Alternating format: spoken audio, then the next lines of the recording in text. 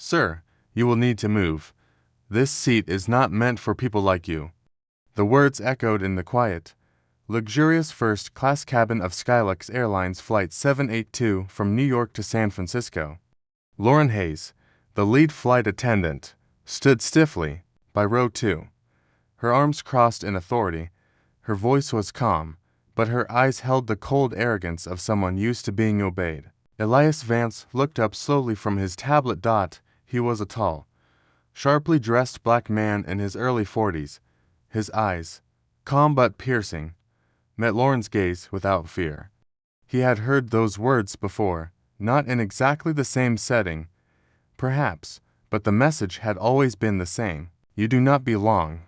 Once, as a boy in Atlanta, he had been told he could not use the public swimming pool.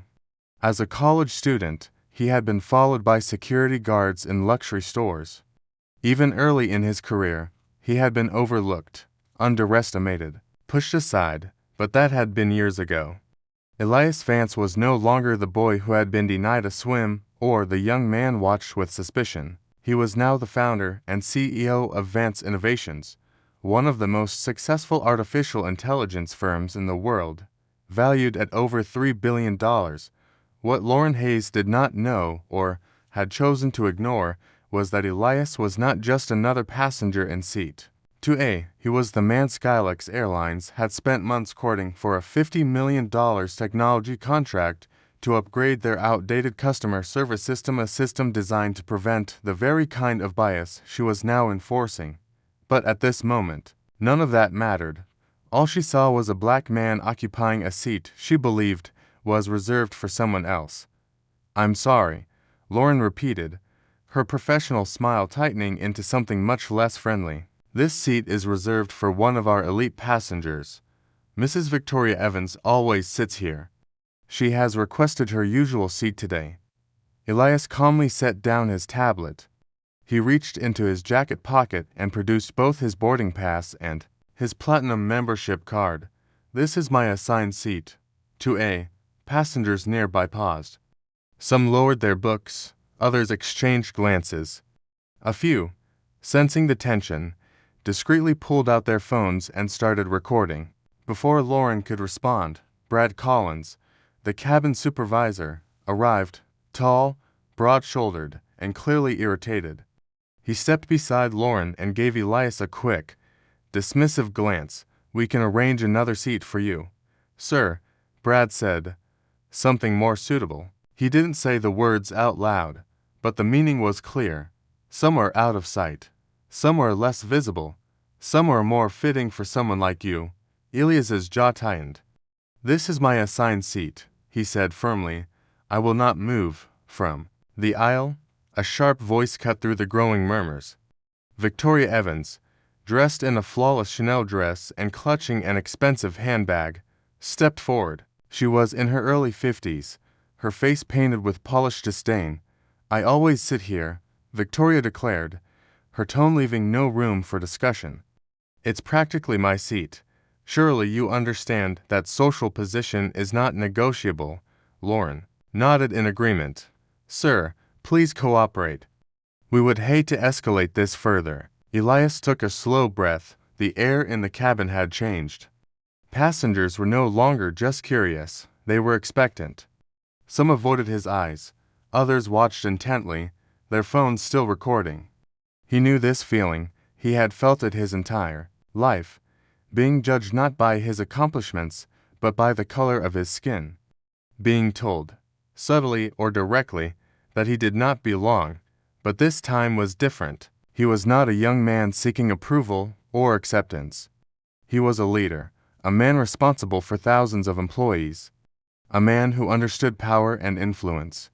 And he was not about to back down. "I will not give up my seat," Elias replied steadily. "I purchased this ticket. I am a platinum member. This is my seat." A silence spread across the cabin. Even those trying to appear uninterested could feel the tension snapping taut like a cable under strain. Brad leaned in close to Lauren. Though he spoke softly, Elias clearly heard the words. "Force him." Lauren's smile disappeared. She straightened and gave a slight nod. Within moments, Two security officers boarded the plane, moving quickly down the aisle toward Elias's seat. Passengers gasped. Several phones lifted higher. The recording continued. The world was watching now, though the flight crew didn't yet realize how much that would matter. As the officers approached, Elias quietly gathered his briefcase. He stood without argument, his head high, his back straight. He had spent a lifetime preparing for moments like this. "I will leave voluntarily," he said calmly. "But know this, you've just made the biggest mistake of your careers." Lauren smirked. Brad crossed his arms. Victoria smiled triumphantly. They believed they had won. They had no idea the storm they had just unleashed. Elias Vance walked calmly down the jet bridge, the eyes of dozens of passengers burning into his back. The security officers flanked him, but made no attempt to touch him. Even they seemed to sense that something was different about this man. He wasn't shouting or arguing. His quiet composure made the entire situation feel even heavier. In the terminal, Elias paused near gate 12. He placed his briefcase carefully by his side and pulled out his phone. Passengers streamed past him, some whispering, some filming. A few even looked at him with sympathy, though none had spoken up on board. He opened his camera app, held the phone steady, and calmly began recording a statement. "My name is Elias Vance. I was removed from my assigned seat in Skylux Airlines First Class. Despite holding a valid ticket and platinum membership, I was told the seat was not meant for people like me. This is my official documentation of the incident."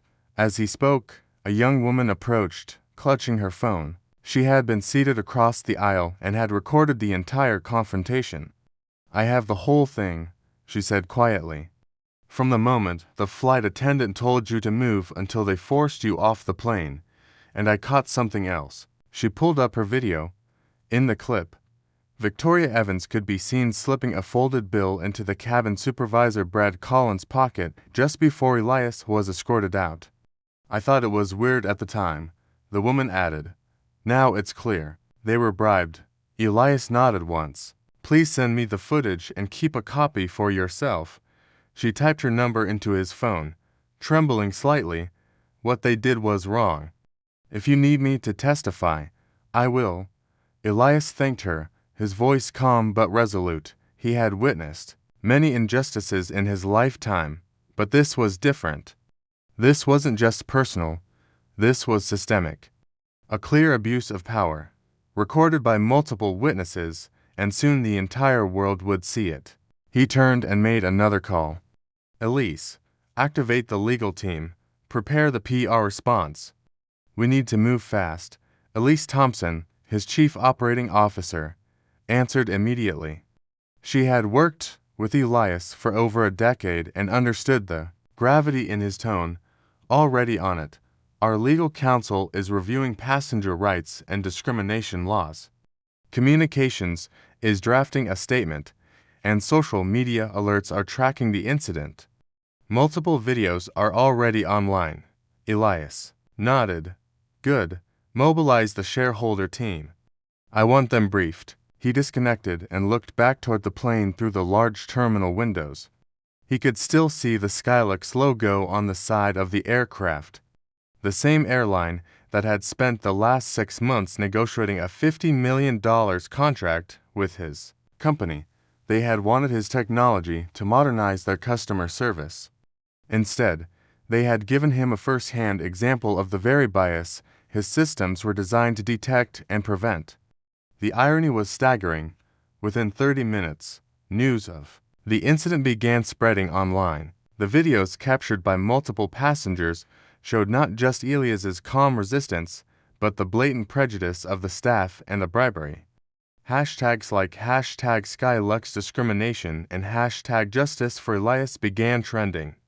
Celebrities, business leaders, and activists started amplifying the story. By the time Elias reached the private lounge where Elise and the legal team had gathered, the view count had crossed a million, and it was climbing rapidly. Elise stood to greet him. "This is already a national story. Several major news outlets are requesting interviews." Elias shook his head. "Not yet. We let the video speak for itself first. No statements until the full picture is clear. The head of legal, Sarah Mendez, handed Elias a tablet. Preliminary legal analysis shows multiple violations: discrimination based on race, failure to honor a paid seat assignment, and possible fraud involving the bribe. We also have grounds for a shareholder lawsuit if necessary.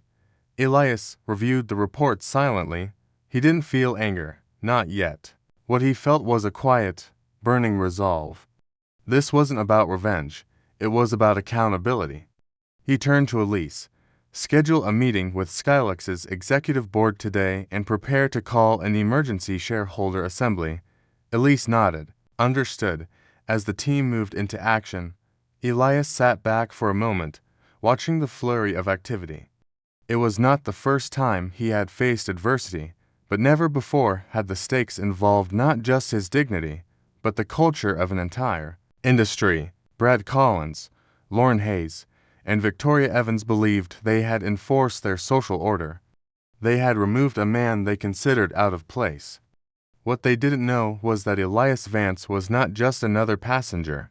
He was their largest individual shareholder, and he had the power not only to challenge their injustice, but to transform the entire airline forever. At exactly 1:15 p.m., Elias Vance entered the glass-walled boardroom at Skylux Airlines headquarters. He walked with the quiet authority of a man who understood power, not the power of wealth alone, but the power of purpose. Behind him followed Elise Thompson, his coup, Sarah Mendez from legal, and two more senior advisors. The boardroom, usually a place of controlled, rehearsed corporate discussions, now felt like a courtroom. Skylux's CEO, Richard Williams, sat at the head of the long table, flanked by the airline's CFO, chief legal officer, and several board members. The room was unusually crowded. PR representatives, a few senior department heads, and legal assistants stood along the walls. On a large screen at the far end of the room, a paused video displayed the now infamous scene. Lauren Hayes standing over Elias in seat-A, Brad Collins at her side, and Victoria Evans glaring down in judgment. The video had already been viewed more than 18 million times. Major news outlets had replayed it hourly. Social media boiled with outrage. Investors had begun to call, and most importantly, the stock price had plummeted 14% in a single morning. Williams stood to greet Elias. His face was pale, his usual boardroom confidence worn thin. "Mr. Vance, thank you for agreeing to meet so quickly," Williams began, his voice tight. "I want to start by expressing our deepest apologies." "I'm not here for apologies," Elias interrupted. His tone was calm, but the finality in his words silenced the entire room. "Let's address the facts." He placed his tablet on the table and connected it to the screen. The paused video disappeared, replaced by a presentation titled, "Systemic Failure, Skylux Airlines. Case Study." Gasps rippled through the room. Elise nodded slightly. The entire board knew this was no ordinary passenger complaint. Elias had come prepared for far more than just a personal grievance. First, Elias began, "Your staff violated federal anti-discrimination laws by removing me from a paid, assigned seat on the basis of race and social bias." He clicked to the next slide. It showed a timeline of the incident, complete with video stills and transcripts. Second, your employees accepted a bribe from another passenger to enforce that discrimination. That's not just unethical, it's criminal. Sarah Mendez leaned forward. Our legal team has confirmed that bribery and racial discrimination in a commercial aviation context expose Skylux to both civil and criminal liability. A board member cleared his throat nervously, but said nothing. Third, Elias continued, "This was not an isolated incident. We've gathered reports and testimony from multiple passengers detailing similar discriminatory treatment on Skylux flights. My technology team has also reviewed 6 months of customer feedback data from public sources. The pattern is undeniable." He advanced the slide. A bar graph appeared showing disparities in seat reassignments, complaint rates, and service quality, all disproportionately affecting passengers of color. By now, Richard Williams looked like he had aged 10 years in a single hour. Finally, Elias said, "This incident threatens the very survival of Skylux Airlines." He paused. "You've already lost 14% of your market value. Financial analysts predict further declines. Advertisers are pulling back. Consumer advocacy groups are mobilizing boycotts." Williams tried to interject. "We're taking steps to—" Elias held up a hand. "Your steps will not be enough. The public doesn't believe corporate statements anymore. They believe actions visible, measurable, accountable." Silence gripped the room. Even the PR head, who had a notebook filled with talking points, remained frozen. Sarah Mendez added, "If corrective action isn't taken immediately, lawsuits will follow. Investors may seek to recover losses. Federal regulators will intervene." Elias let the weight of that statement settle before continuing. "As Skylux's largest individual shareholder, holding just under 27% when combined with my strategic partners, I am invoking my right to call an emergency shareholder vote." Whispers broke out around the table. One board member muttered to another, "He's not bluffing." "I propose the following actions," Elias said, clicking to the final slide. 1. Immediate termination of the 3 employees involved: Lauren Hayes, Brad Collins, and Captain Reynolds. 2. Permanent ban of Victoria Evans from all Skylux services. 3. Full public admission of discriminatory practices with a binding commitment to implement bias elimination protocols developed by Advanced Innovations. 4. A mandatory company-wide suspension of service for 48 hours to conduct intensive equity and ethics training. 5. Formation of an independent passenger equity board with enforcement powers to audit compliance and issue penalties. The CFO blanched. A 48-hour suspension would cost millions, potentially tens of millions. Elias looked at him steadily. "And what would a 30% stock drop cost you? Or a class action lawsuit? Or government sanctions?" Williams rubbed his forehead. "Your demands are severe." "No," Elias corrected him. "They are just. The severity came from your employees' actions, not my response." A tense pause followed. Then Elise spoke for the first time. "Skylux approached Advanced Innovations for a $50 million contract to modernize your customer experience platform. That contract is suspended indefinitely until these conditions are met. Additionally, Advanced Innovations and its partners will reevaluate their investments based on your response today." The room shifted. Suddenly, this was not a negotiation. It was a test of Skylux's willingness to survive or collapse. Richard Williams swallowed hard. He turned to the other board members. "I recommend we accept Mr. Vance's terms." One by one, reluctant but resigned, the board nodded. Elias closed the presentation. "Then we proceed." By 3 p.m., a formal statement was released. Skylux announced the terminations, the passenger ban, and the adoption of Advanced Innovations' anti-discrimination program.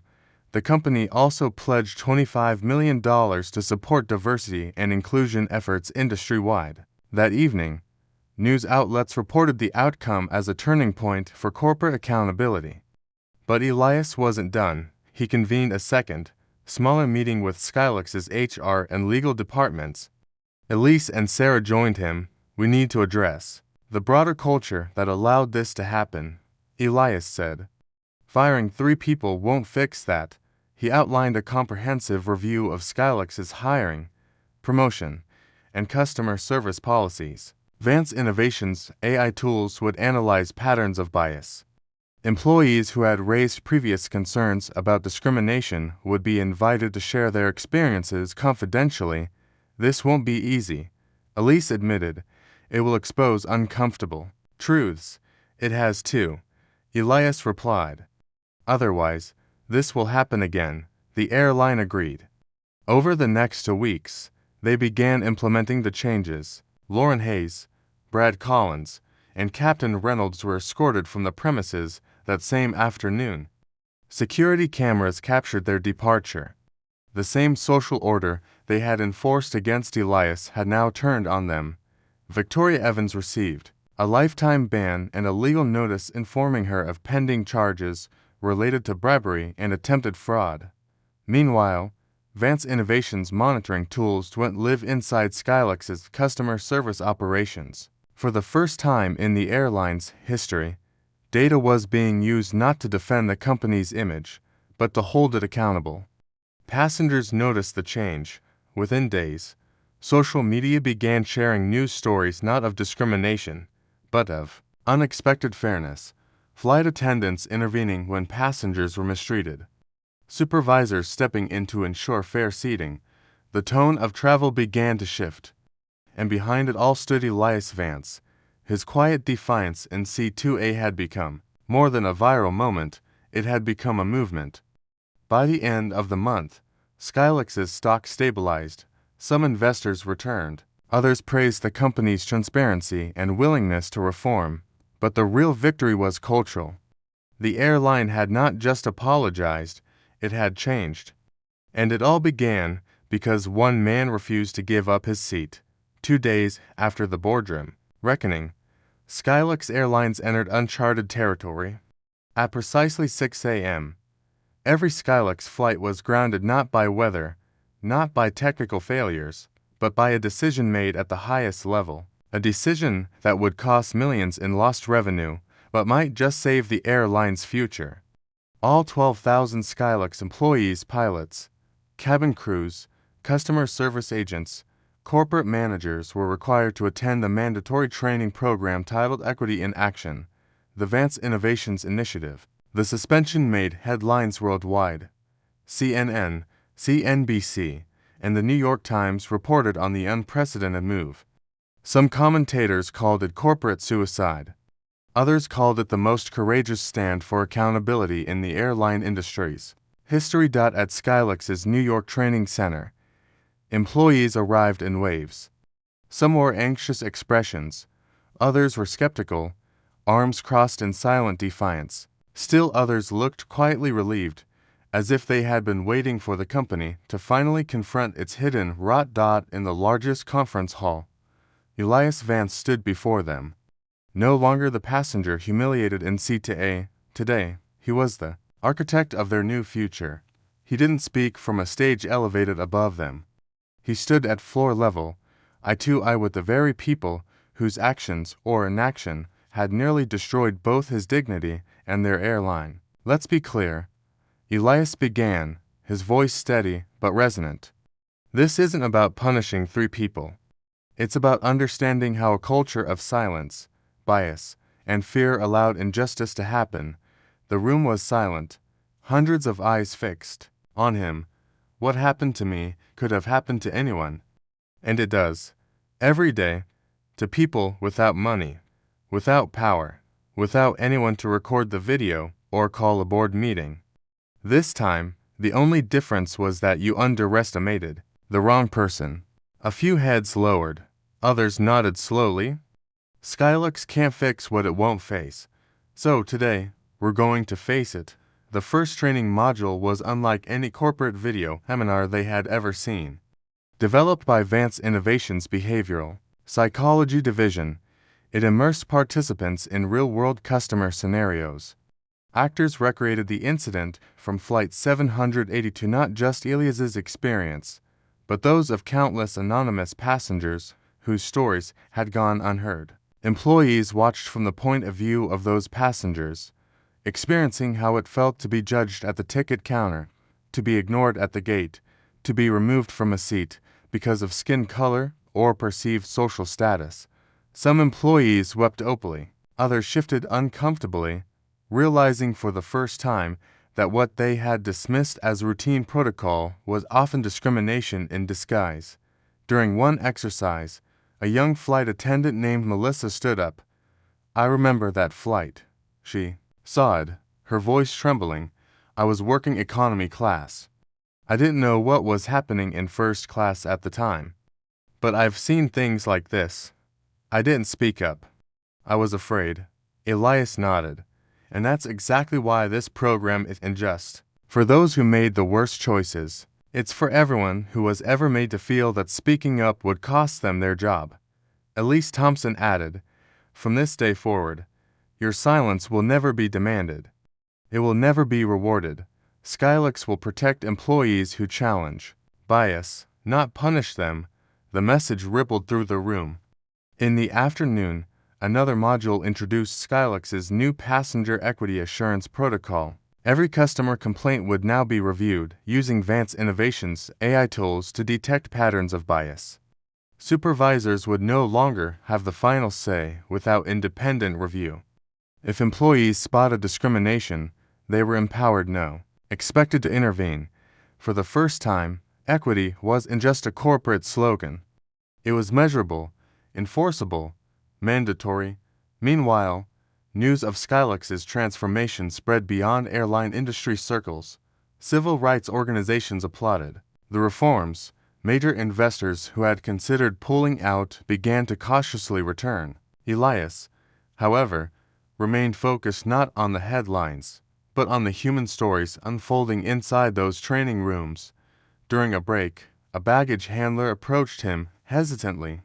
His name tag read, "Luis, Mr. Vance." Luis said softly, "I'm not management or cabin crew. I don't usually deal with passengers.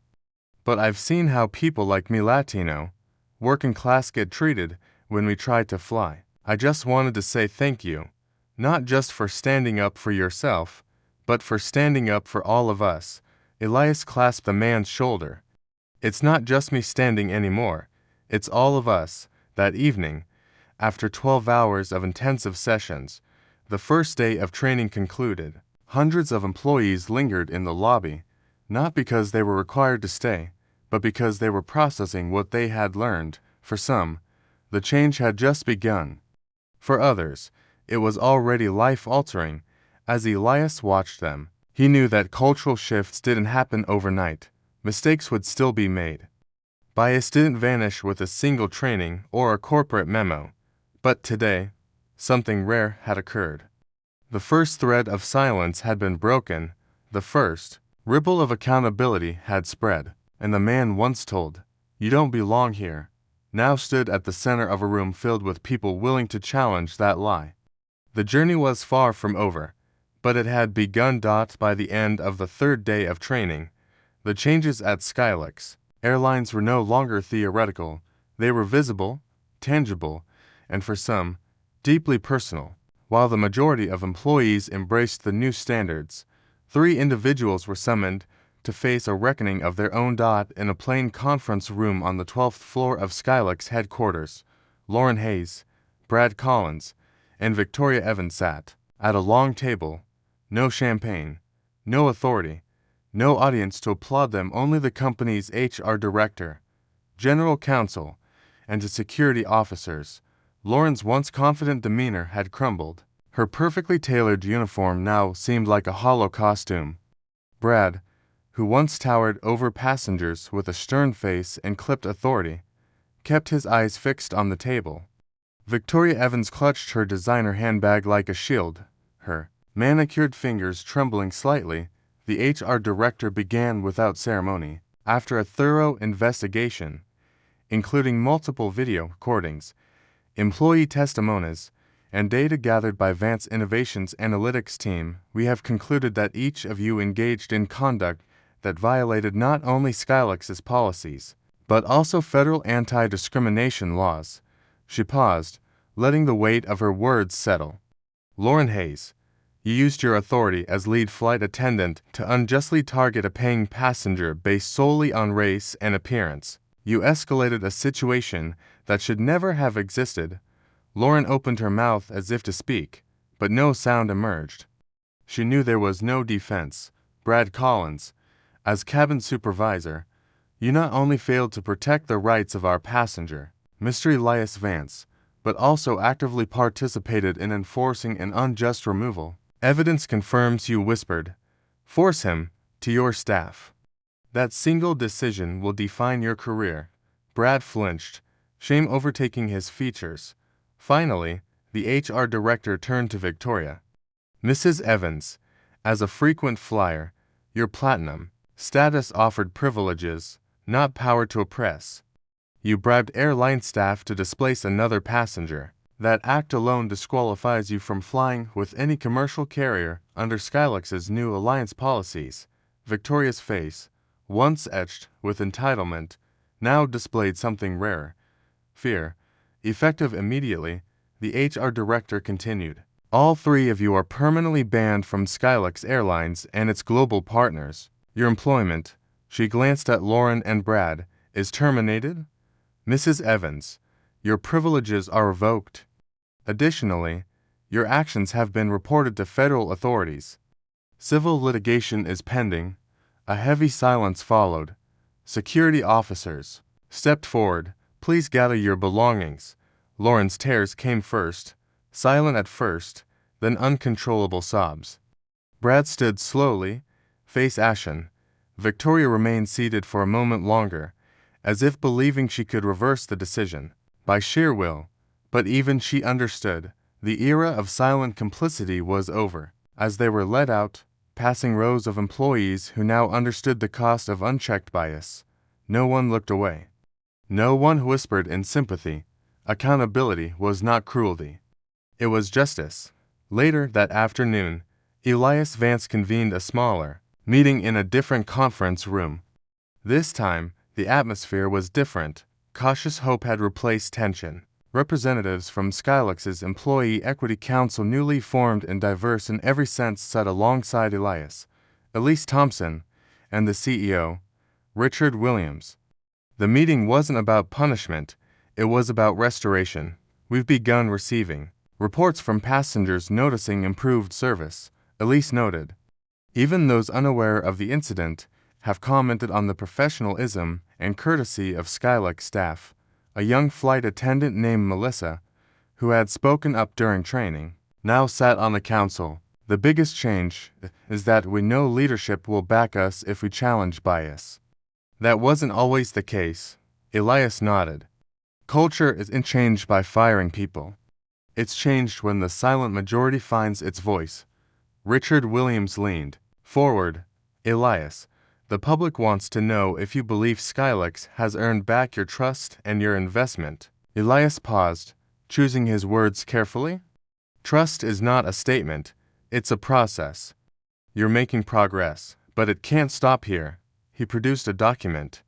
I propose we formalize the Passenger Equity Assurance Protocol into the company's bylaws, make it permanent, not subject to changing leadership or market pressures. The council members nodded in agreement. Consider it done, Williams said. And Elias, thank you. Not just for holding us accountable, but for helping us become better. As the meeting adjourned, Elias glanced out the conference room's glass walls. On the tarmac beyond, Skylux jets stood ready for their next journeys. They no longer represented just a mode of transportation. They had become symbols of a company willing to confront its failures and chart a new course.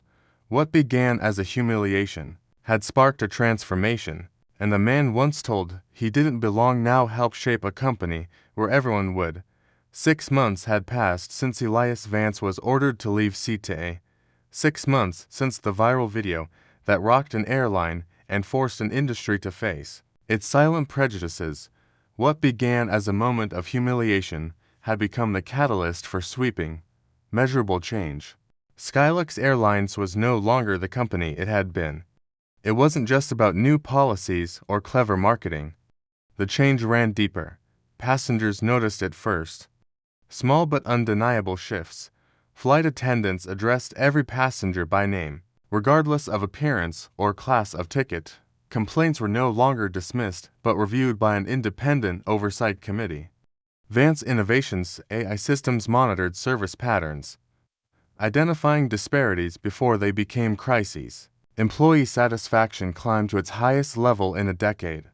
Staff who had once feared retaliation for speaking up now felt empowered to challenge bias. Even the hiring process changed, focusing not just on skills, but also on empathy, cultural competency, and ethical decision-making. But perhaps the most remarkable shift was cultural. During one flight from San Francisco to Atlanta, a young black woman approached a flight attendant nervously. She had heard stories of discrimination in the skies and feared what might happen if any issues arose with her seat. The attendant smiled. "We're here to serve every passenger with dignity. Ma'am, that's not just my promise. It's company policy now." The woman relaxed, reassured not by empty words, but by real, observable actions. Meanwhile, Elias Vance watched the transformation, not from the headlines, but from the data. His team at Vance Innovations continuously audited Skylux's performance, and when discrepancies emerged, as they inevitably would in any large system, they were addressed transparently. Elias's commitment wasn't to perfection, it was to progress. One afternoon, Richard Williams invited Elias to Skylux's new employee training facility.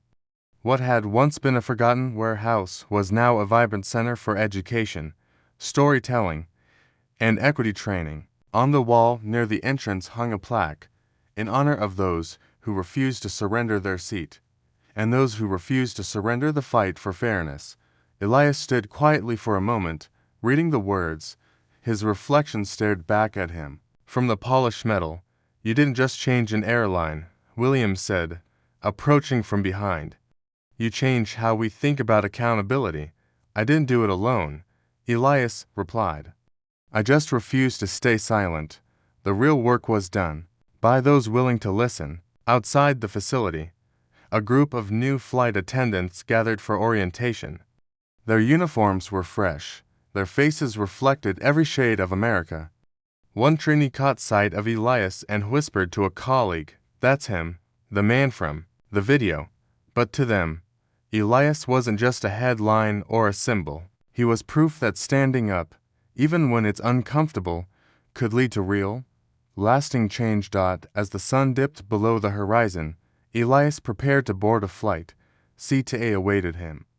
But this time, it wasn't just a seat, it was a reminder that progress is possible when silence is broken, that dignity is not given, it's claimed, and that sometimes the journey toward justice begins at 30,000 feet. If this story moved you, show your support by hitting the like button. Share your thoughts and experiences in the comments below. We read everyone, and if you believe in fairness, dignity, and standing up against injustice, subscribe now for more powerful stories like this. Together, we can keep these conversations flying high.